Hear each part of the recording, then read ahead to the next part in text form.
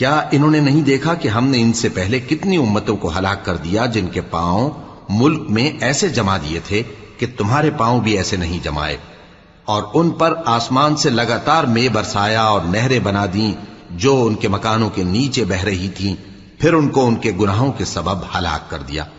और उनके बाद और उम्मतें पैदा कर दी। और ऐ पैगंबर, अगर हम तुम पर कागज में लिखी हुई कोई तहरीर नाजिल करते और ये उसे अपने हाथों से टटोल भी लेते, तो जो काफिर हैं वो यही कह देते कि ये तो साफ साफ जादू है,